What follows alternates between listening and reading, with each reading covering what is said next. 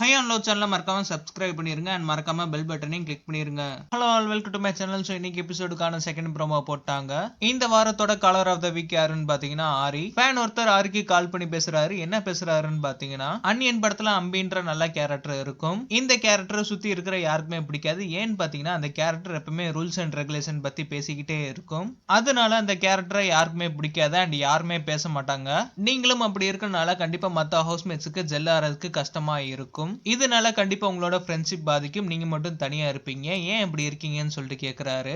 இதுக்கு ஹரி சம ரிப்ளை ஒண்ணு கொடுக்குறாரு. நான் இங்க மத்தவங்க கூட சேர்றதுக்காண்டி வரல. அதை நான் வந்த ஃபர்ஸ்ட் நாளே பாத்தீங்கன்னா பிக் பாஸ் சொல்லிட்டாரு இங்க யாருமே ஃப்ரெண்ட்ஸ் கிடையாதுன்ட்டு. அண்ட் இங்க இருக்கிறவங்க என்னோட எனிமிஸும் கிடையாது. நான் அவங்கள கேள்வி கேட்கறதுக்கு ரீசன் என்னன்னா, நான் அவங்கள தப்பு சொல்றதுக்காண்டி எந்த கேள்வியுமே கேட்கல. அது அவங்களோட தகுதி இன்னும் அதிகப்படுத்துன்றதுக்காண்டி தான் கேள்வி கேட்கிறேன்றாரு.